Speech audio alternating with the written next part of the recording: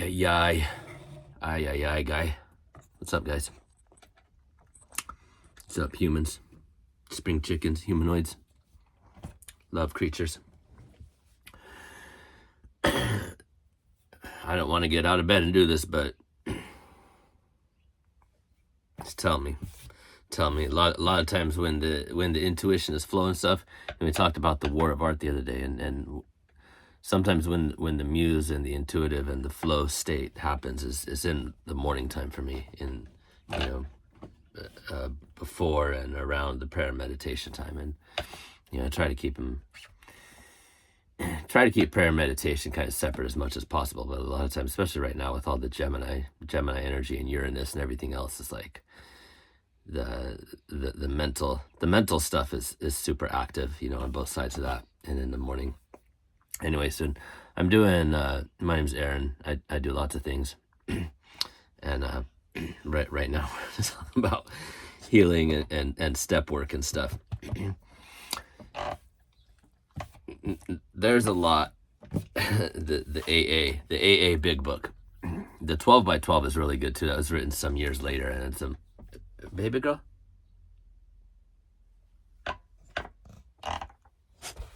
How am I supposed to work with this freaking cuddle puddle? How am I supposed to do anything? She demanded the snugs. That's all I want to do. I've been up for like 2 hours now since before the sun came up. We actually caught a really nice sunrise this morning over the mountains here. Sunrise, smog rise. Yeah, sometimes it just comes in the morning. What are we talking about? Step work. Cleaning house, dude. Cleaning house, growing up, growing the fuck up. Owning our side of the street, man. That's where the magic happens.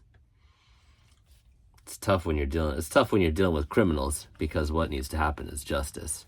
It's not about our feelings and responses to crimes being committed against us. Ultimately, or it's not supposed to be. I might have to move you, baby. It's not working. I love you though.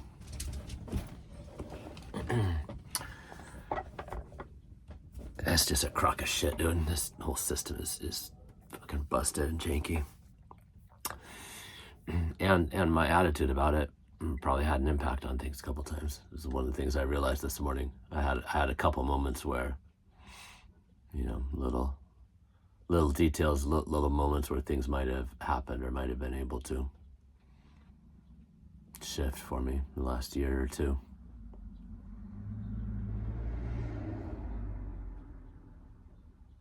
But it is fucked up, man. It's a fucked up system. It's broken. Try to get anything done.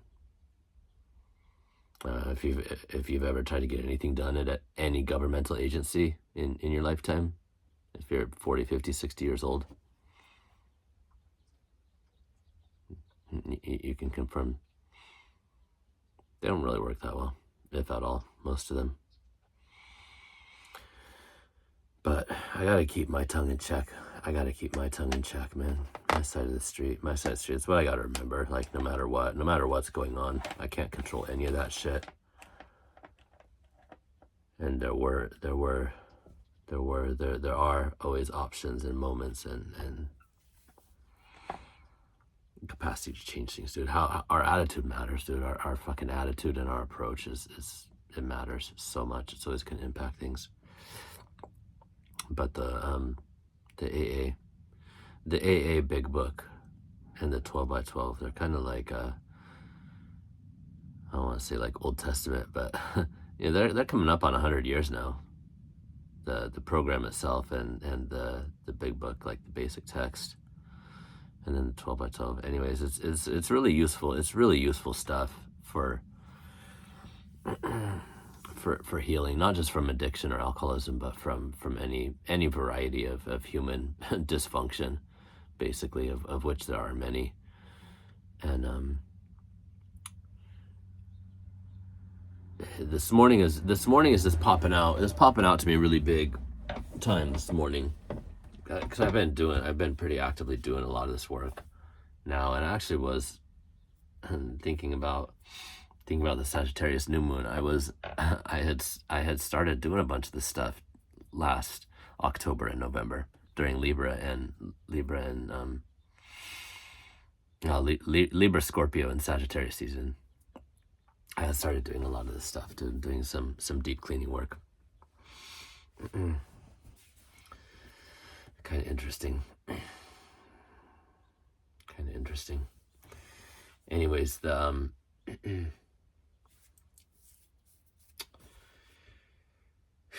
it's tricky because you got to pull apart the language a lot, and the deeply religious language of AA, specifically the Big Book, the older texts, the religious, and especially, it is rooted in Christianity and comes from like Oxford groups and different stuff that's happening in the 1920s and 30s last year.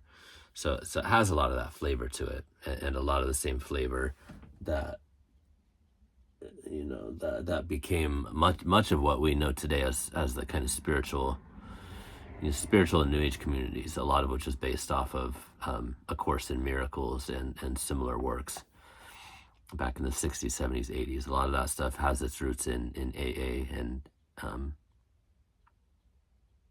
those groups of people, Unitarian Universalism, that kind of came on the scene around that time as well.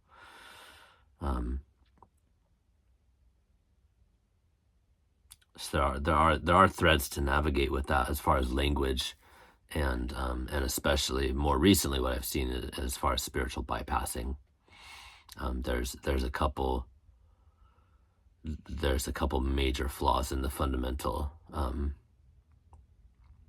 psychological approach of AA, and especially around trauma and anger and as it relates to boundaries and being able to protect ourselves, and not when we were kids,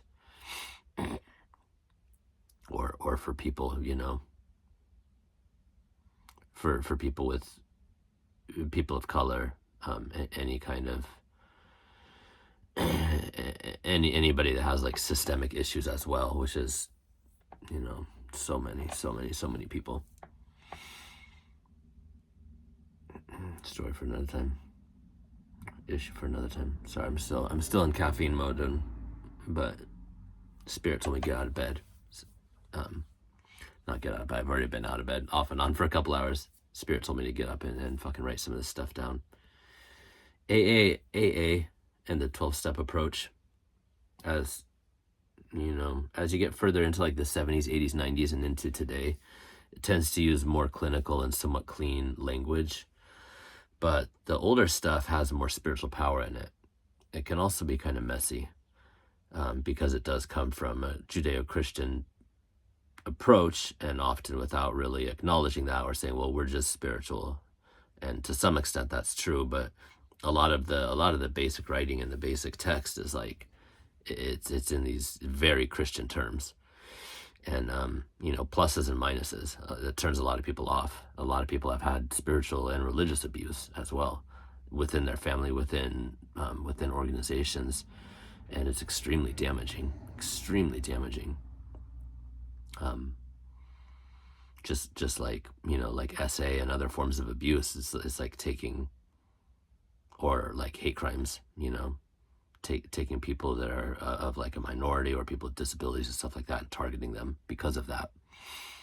Taking the most vulnerable people, those who are not able to fight back, or because they have their guard down because you're in a spiritual community, or because it's family member and stuff like that. That's where so much of this shit happens, man. And so I get it. I get it that's a big issue for people with AA a lot, and many other organizations, but AA in particular uses very religious language in a lot of it. And I'm just like, I'm thinking about it this morning because I'm doing all this work. 10 minutes in now, I can start talking about what I was talking about. Finally, 10 minutes. Maybe we'll go for 20. Maybe we'll go for 20.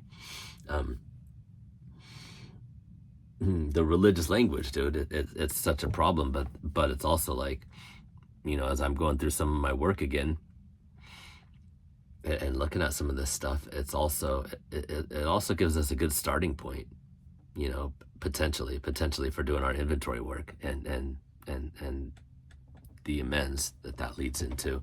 Especially it's kind of all jumbled together in the big book. This is the older one. I don't know if they're on the 5th or the 6th edition now.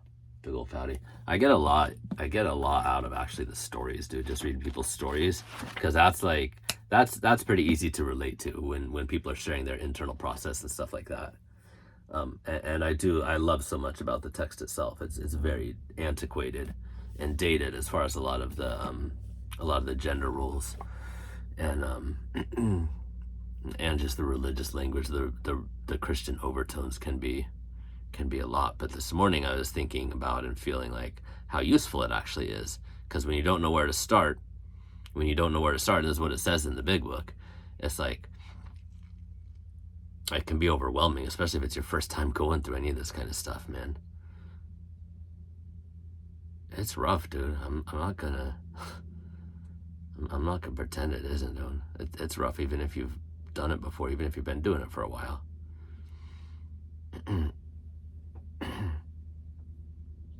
It is. It is what it is, man. It is what it is. But this is what God gives us, dude. This is what God gives us. So hey, if you wanna be, if you wanna be at the highest levels, if you wanna evolve, if you wanna do the things, you're gonna have to clean up your fucking mistakes, dude. You gotta own who you are.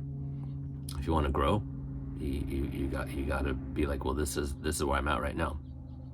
This is where I'm at. This is what happened. Anyways, I'm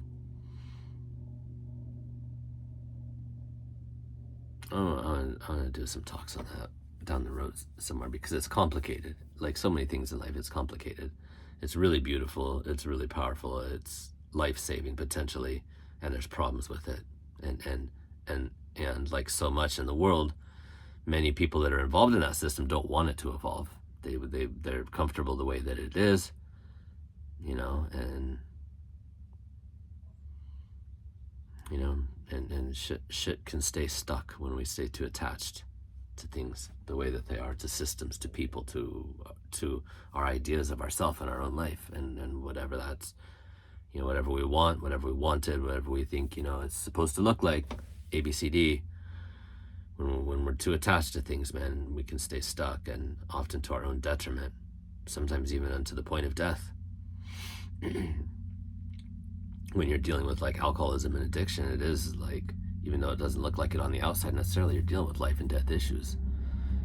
Dealing with life and death issues. So this morning, this stuff was coming up, and it's just like, okay, I gotta hop out. I gotta write something about it. The what they suggest in the big book for the first time when you're doing it, especially, is this the concept of the 7 deadly sins. and sin, the way that I take it and the way that it's evolved over the years is, and the literal meaning, the literal meaning of sin is miss the mark. And if you look into the Latin, it's like, it just means like without, it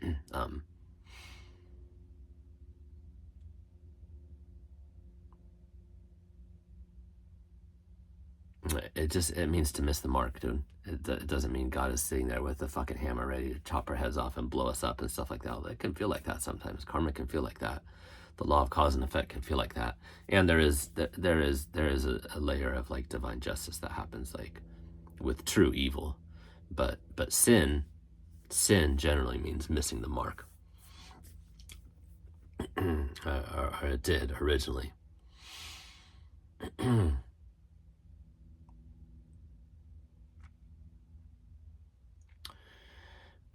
But sorry, the big book in AA, it talks about like, well, just start out with the 7 deadly sins, and it's not like, oh, I did this thing so I'm bad and I'm failure, I need to be punished and stuff. Usually before we start the spiritual journey, that's what we think it's going to be, and that's something that keeps a lot of people from it. But the way they talk about it in the big book is that all of the 7 deadly sins is like, they become deadly when they get completely out of control, when they go haywire and they start running our lives. And when we get into automatic patterns And then those patterns turn destructive, but we find ourselves powerless to stop regardless. In the moments of clarity, in the moments of sobriety, and we swear we're never going to do it again. And then all of a sudden we end up, we find ourselves at the bar or, or whatever, doing whatever thing it was that got us into trouble before, as though it's like a freaking memory block or something.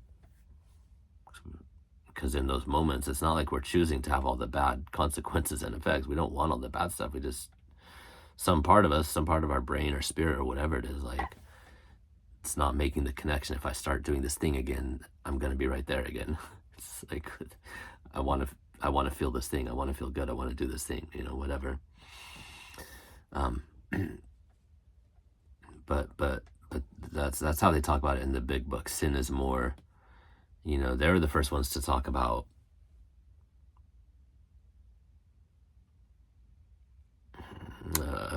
alcoholism as a medical issue, as a brain injury and an inflammation thing and an allergy of the brain. There's also a moral component to it.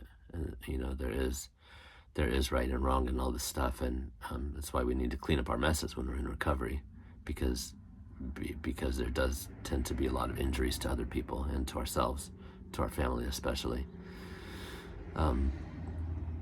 So it's complex. It's complex, and it deserves flexibility and open-mindedness as we approach.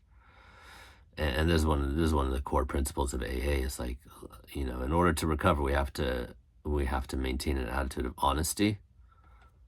Honesty first and foremost, open-mindedness, to look at ourselves, to change, to grow, to keep doing the thing, and willingness. Open-mindedness is like the scientific approach, just staying open to new information and to things changing and all that kind of stuff, and then a willingness to do the work. And in this work, the willingness to do it no matter what, because our lives depend on it. Our lives depend on it. The 7 deadly sins they talk about, this is what popped up for me this morning, because the 2 big ones, fear and pride and fear, these are really big, especially for men, because we're trained not to feel fear, not to show it if you do, not to talk about it, definitely, or anything else. And pride plays into that, saying, well, I'm too good for this, I'm too good for that, I don't need help, I don't need this and that, not asking for help, and all of these things that are just kind of cooked into the culture and into how we were raised for so many men, for the majority of men probably, from what I've seen and heard in my life. Fear and pride are the big ones, man. And fear is on so many fucking levels. It's so subtle. It's so subtle in so many cases, especially once you've healed a lot. Fear can be very, very subtle. And then pride can blind us from recognizing if that's what's going on. Hiding it even from ourselves.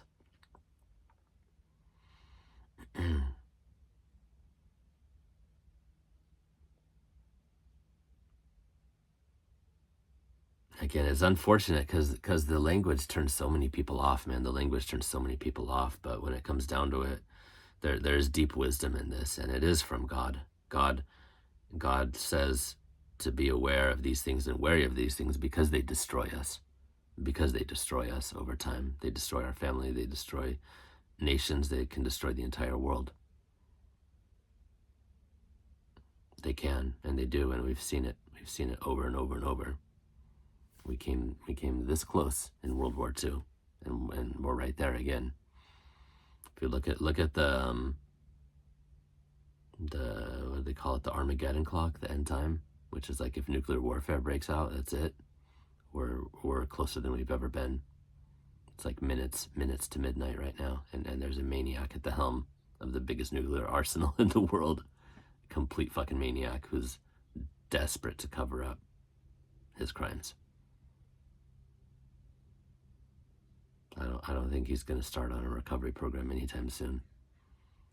Maybe his 80th birthday, 8 infinity 0 full.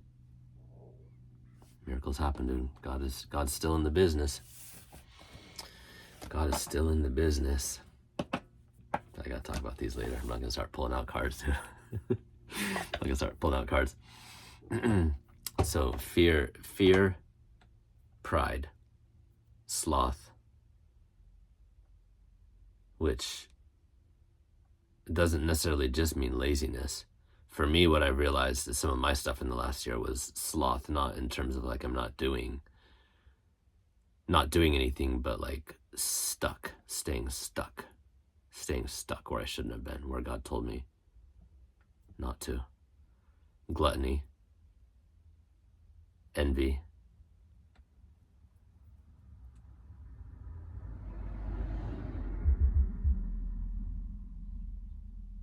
I don't know what the other two are.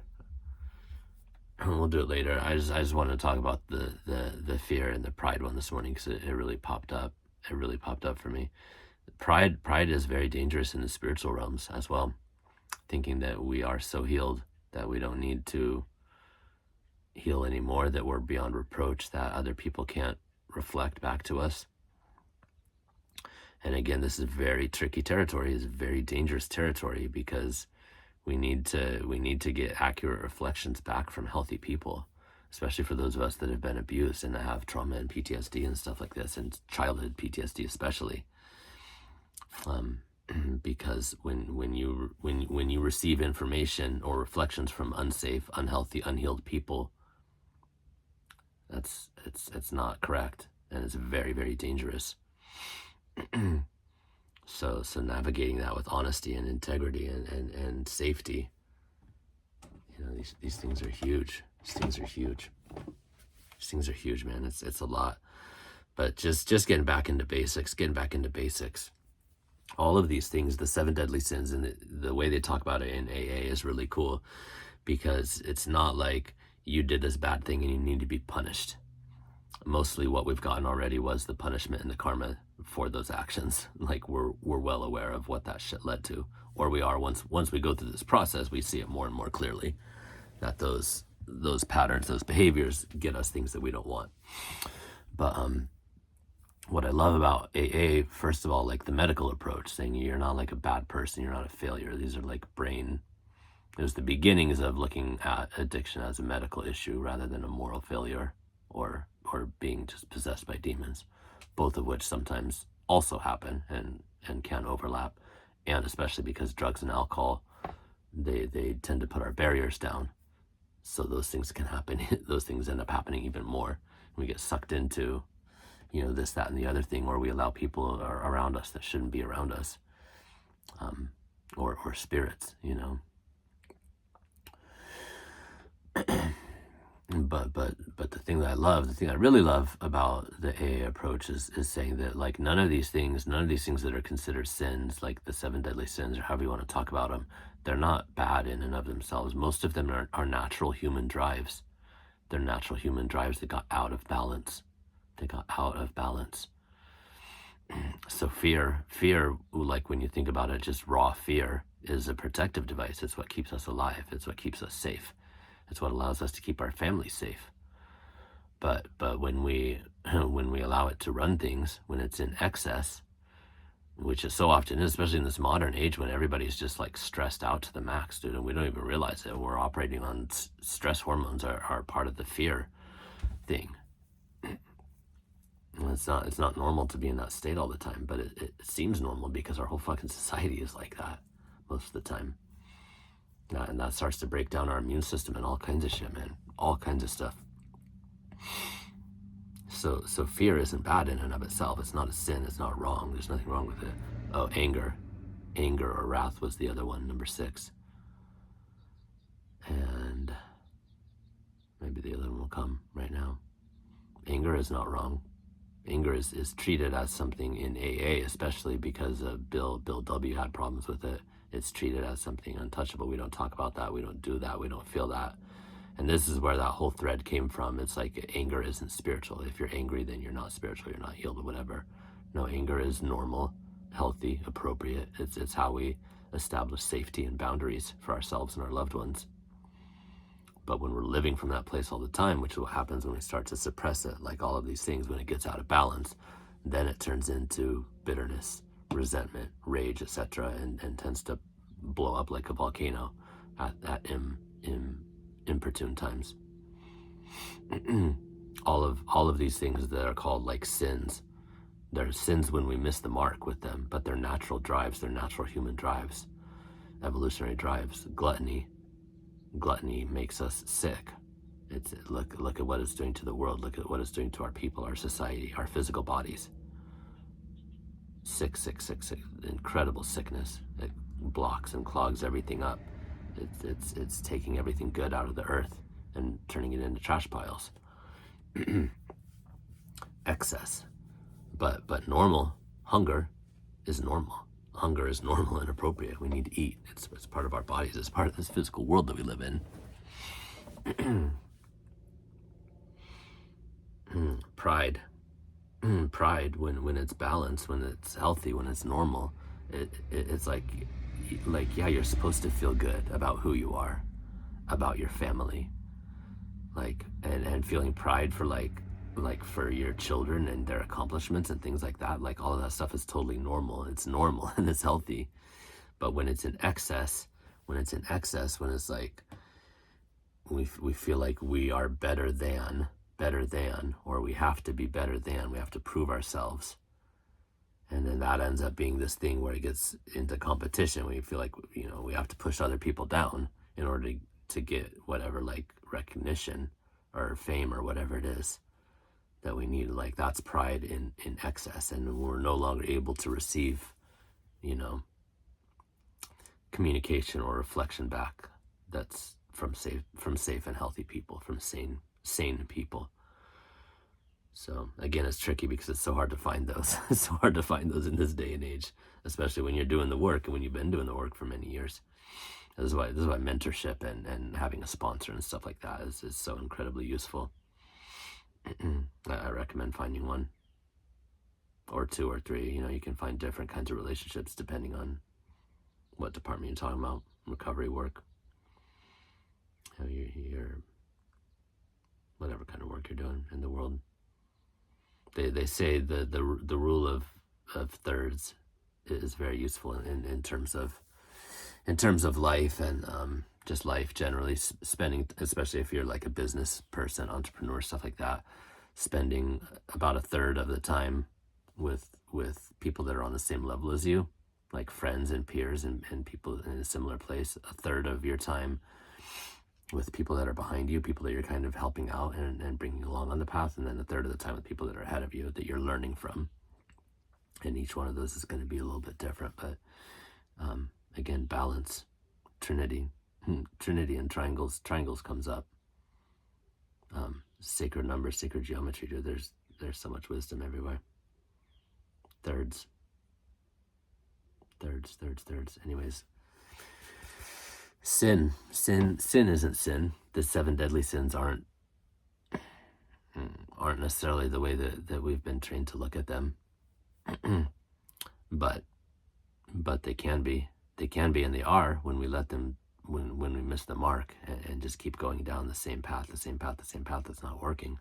But all of them, when it comes back to it, this is why what the thought that came to me this morning is that they're all, in AA, the way they talk about it, and I love this, it's like they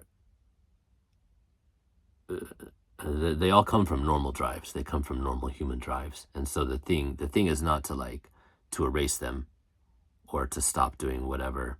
I mean, you don't want to do things that are destructive, and you don't want to do these things at the level that's destructive.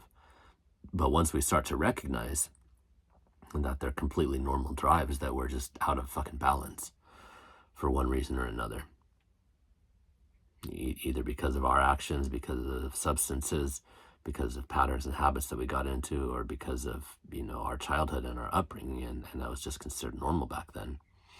They got out of balance, and we need to bring them back into balance. And I'm just talking about the underlying drives here, not like if you're dealing with substances specifically, for most of us, getting, there's not really any going back to like balanced using.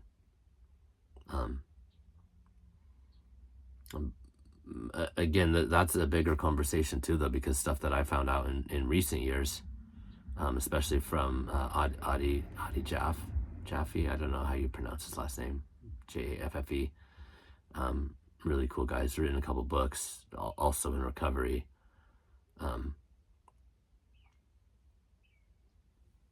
The brain chemistry for most people is not going to be the same across the board, and this is why this is a big sticking point with addiction medicine right now. It's like all or nothing sobriety, black or white, splitting, kind of schizophrenic, which is emblematic of our larger culture in the States and in the West.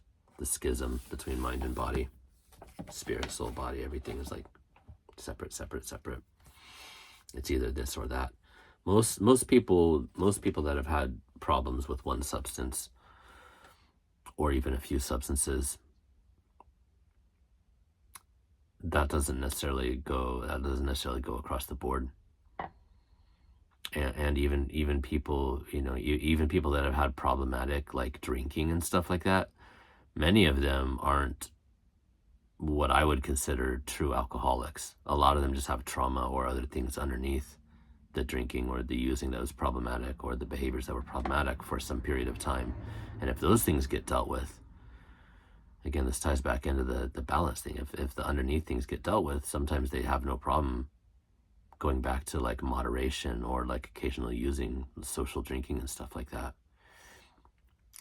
It's I don't have a lot of experience in that realm, so go to the appropriate sources if you're interested in learning more. The Abstinence Myth is really good by Adi Jaffe, but he's one of these people that's on the forefront of addiction medicine right now, having walked through it himself. But what I was saying, for most of us that have like for alcohol, especially for me, like I know I can't go drink. I can't go drink. I'm not ever gonna test that one again. Unless I'm like, okay, I'm throwing my life away and I'm going out with a bang. If you guys ever see me drinking, you'll know that that's what I chose. but chances of you catching that flash are pretty small, dude. It's gonna be hot and fast. It's gonna be hot and fast if it ever happens. Most of us that have had serious problems can't go back to balanced and moderated using in the specific substance that we had. But many people that they called, oh, well, you're just an addict, you're an alcoholic. And the way that the AA and NA mostly treat things is like, you can never touch anything ever again. You're either sober or not. And that approach isn't correct for most people. Most people that have problems can deal with the underlying problems and then, use or drink in moderation, like socially or whatever. And again, I think it really ties back into the allergy component, because not everyone that has problems has like the allergy that sets off the brain inflammation the way that it does. And those of us that have like severe problems, often tied into all the other stuff I've talked about in the past. I will talk about it again. It's part of the thing. Neurodivergence, childhood trauma, methylation, gene mutations, hard to treat illnesses like mold poisoning and heavy metal poisoning that are way more common than most doctors know about in this culture, and even infectious diseases. All of these things can play into the complex chemistry of our brain, our nervous system, our heart, our gut. It's incredibly complex, dude. It's beautiful. It's beautiful. It's this beautiful freaking world that God has created and created us for, and for us to be in, man.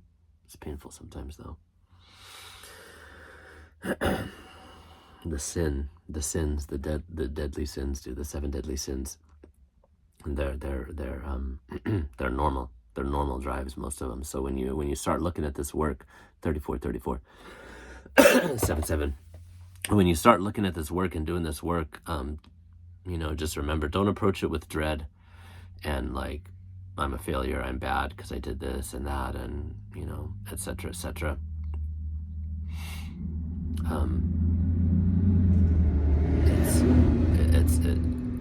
It's for the most part, these underlying issues. It's not about stopping and never doing the thing again or whatever, but it is about becoming aware of it, and how have these things, when they got out of balance, how did these things affect our life, and especially if they led into our like using or behavior addictions. How did they how did they impact us, and how did they impact other people when they were out of balance, out of our awareness, when they were running the show. And this is easy to do when we're in pride, when we're in anger, when we're in rage, when we're in just this like hyper consumption mode all the time. And our whole world is in that mode right now, so it makes it that much harder, man. This is why every culture traditionally have had these times. Judaism especially, I'm more familiar with than a lot of them, but from what I've seen, many cultures, especially in the spiritual traditions and communities, they had these times set aside for like fasting and prayer, and controlling our body, controlling our impulses. On a physiological level, like fasting is really powerful for resetting our brain and our body and our hunger and all kinds of things, and to clear out like all the stuff that's gotten in there and gunk and stuff like that. And this is like thousands of years ago, when they weren't dealing with any of the persistent like toxic chemicals and heavy metals and shit like that. Now that's like we're just surrounded with day in and day out in this modern age. Our bodies were not made to process most of the stuff at all. Definitely not the levels that we are. I mean, this is why we have a 50% cancer rate now in the West. This disease was almost unheard of a century ago. Not because they didn't know about it and know what it was, but just because it wasn't actually there. Just like autism and all these different things, dude. It's skyrocketing. The more chemicals we put into the freaking supply, the more stress we have, the less we're able to process all these things. All those chronic diseases go up, inflammation goes up. It's just like, you can look at the numbers, dude. It's right there. It's right there. Anyways, balance. Oh yeah, and spiritual communities traditionally have encouraged not only moderation with eating and with all these issues that in Christianity it's called the 7 deadly sins, but there's some version of this in most cultures and most traditions. Being moderate, being balanced, being aware of all of these things, and then having seasons, having like some kind of a Sabbath period, a resting period, weekly, monthly, yearly, and even like every 7 years, like taking a year off, the way that like professors do a sabbatical, and spiritual teachers sometimes will do this too, doing a sabbatical year. Like you recharge your freaking soul every 7th year. There's deep wisdom in these things. But fasting, in terms of fasting, like just giving our body a break for a while, stepping back and not to be like putting stuff in there constantly, whether that's food or distractions from, like, especially now with social media and everything that we're navigating, we're all navigating, for better and for worse.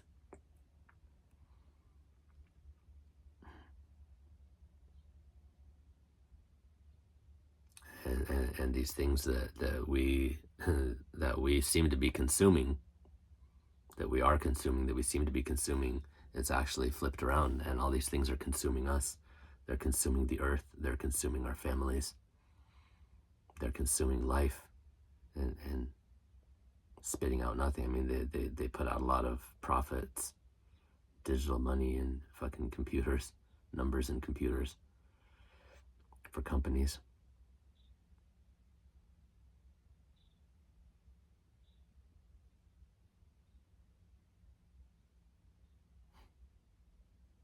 But what are we getting out of the deal? What are we getting out of the deal?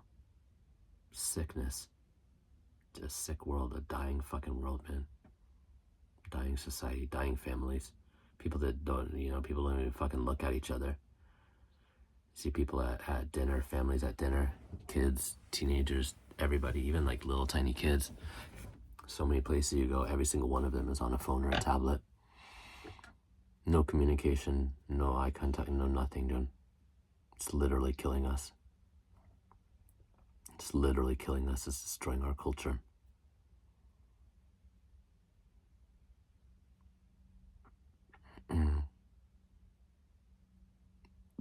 We can talk to anybody anywhere in the world, but we can't even have a conversation with the people that are right in front of us, right with us, right in our own house so much of the time. Anyways, dude, if you're navigating this territory, sins aren't bad. That was a Smashing Pumpkins song I just heard recently after a long time. Hummer. It's from Siamese Dream. The first line is faith. Faith lies in the ways of sin. We have to go through the darkness in order to become aware of so much of this stuff, man. So much of this stuff. But in terms of doing the healing work, man, like the 7 deadly sins is a good place to start. I was gonna write some stuff on the board. Sorry, I got kind of sidetracked, as I do.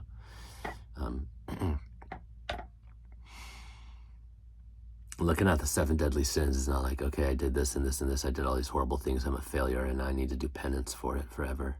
And it's about realizing, first of all of those 7 things, those are normal human functions. They were out of balance, and that's what caused us problems. We kind of went sideways with them, and that caused problems. So just recognizing that, and then getting ready to clean all that stuff up. That's what the 12 steps is about, basically. And then not doing the same stupid shit over and over and getting ourselves into the same place. It's pretty simple, and it does work if you work it. But you gotta work it hard if you're wanting to go to the highest depths, or the highest heights and the deepest depths of human evolution. You gotta work it hard. But don't be too intimidated and feel like this sense of dread, especially reading the language in the big book. It can be a turnoff for a lot of people, and I get that. But just remember, they were the first ones to start treating any of addiction and all this stuff as like a medical issue rather than a moral failure. So it's this past century, this past 100 years has been a big step in the process of human evolution through these and other spiritual developments that came, with roots from some of the same places. It's all a piece. It's all a piece. Many branches, many leaves on the tree of life. Sin doesn't mean you're bad and you're a failure and you need to go groveling on the road and whipping yourself or anything like that. It's just like, hey, these things were unhealthy because they were out of balance, and we didn't recognize it at the time, obviously, or we wouldn't have done it.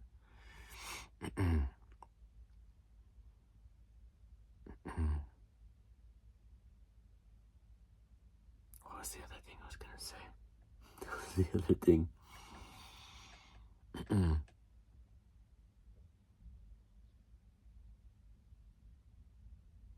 I don't know. They're normal human functions, but it's a really powerful framework if you can get past the language, which is problematic for some people. But take what you need and leave the rest.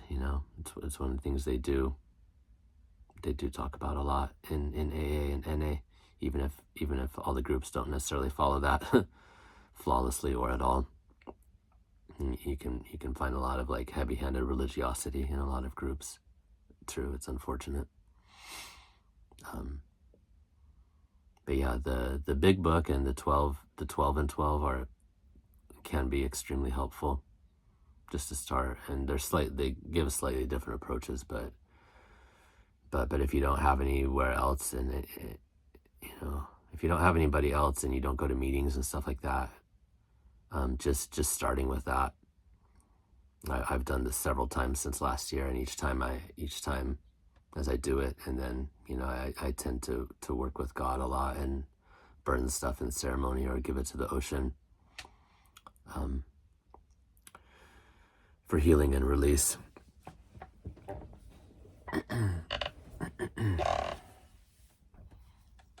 There's going to be iterations.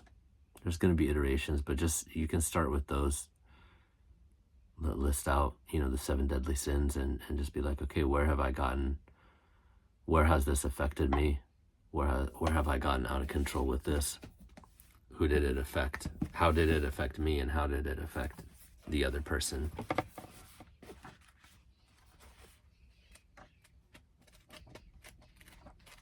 Vision for you.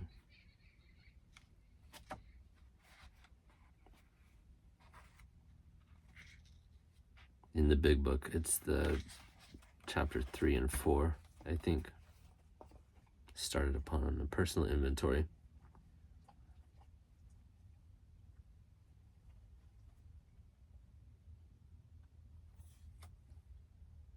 Yeah, resentment. Resentment is like buried anger. Bill W. had a really hard time with that, and so resentment often gets bypassed in this, or anger gets bypassed, even though it is a healthy thing. Resentment is not. Resentment is already one step removed. You've already buried it, usually for years at that point. But it's like, starting out with like grudges. He's talking about resentments right here, but it's like, what's the cause? What was the cause of our feelings that were out of control? And then what does it affect? Self-esteem, sex relations, personal relationships, fear, security, pride, etc. Some of this stuff will start to reveal itself. But there's so many groups. Like, if you can't stand the language in AA or any other organization, there's so many things that have like similar processes and sets of principles.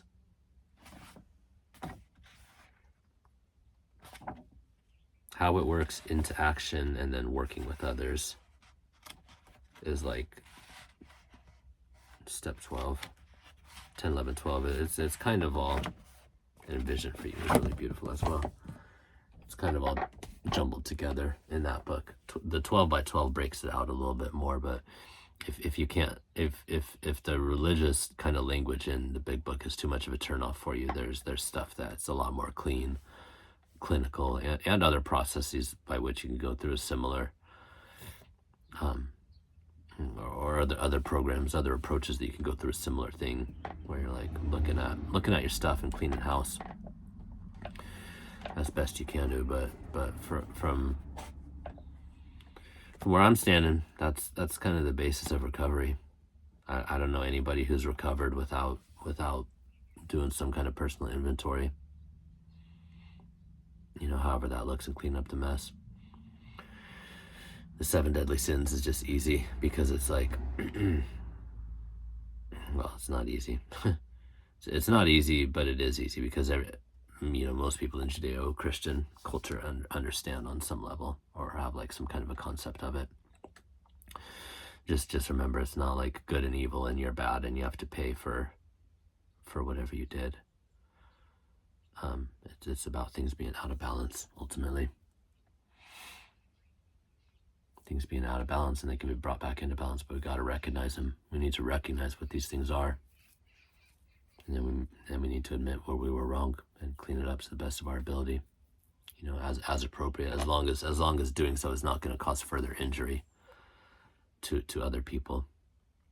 That's the one caveat when you're doing that phase of work. Some stuff you just have to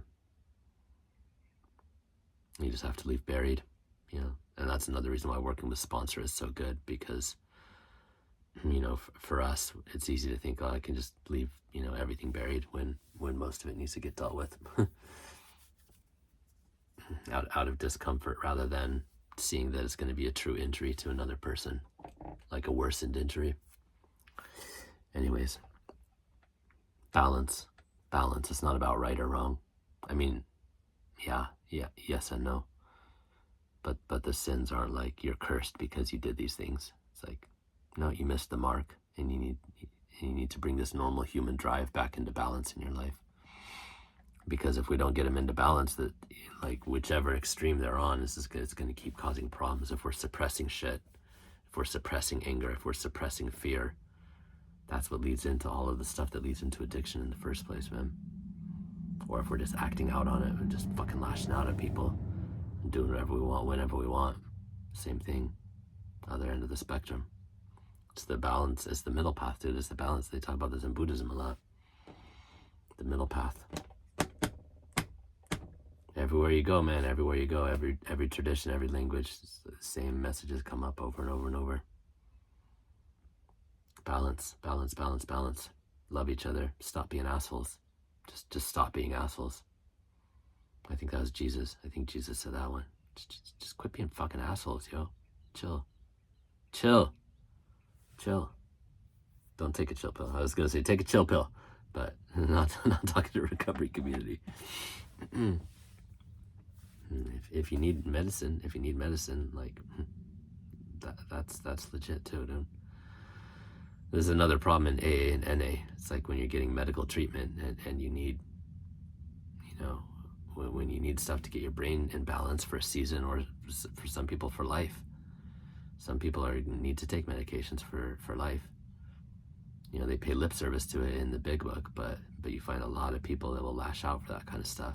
A lot of people will tell you you're not actually in recovery because you're not doing it their way, because you need this or that or this other thing. It's complicated. It's complicated. You might need to take a chill pill, maybe for a season. Maybe the GABA part of your brain is fucking damaged bad enough that you need to take those or something for life. The GABAergic brain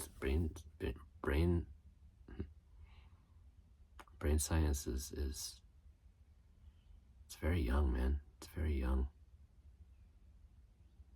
It's very young. We need to be more compassionate, more graceful with ourselves and others, man.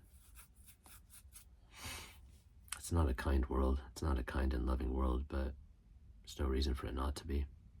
Because I think most people are. I think most people are at heart, or most people lean in that way.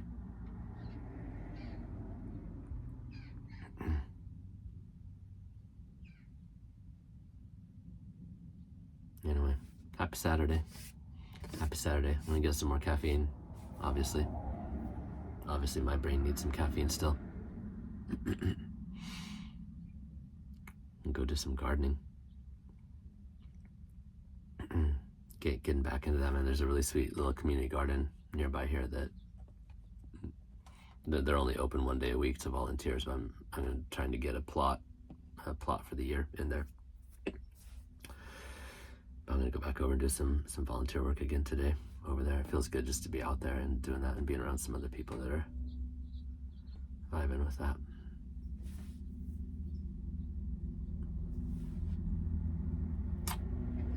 Love you guys.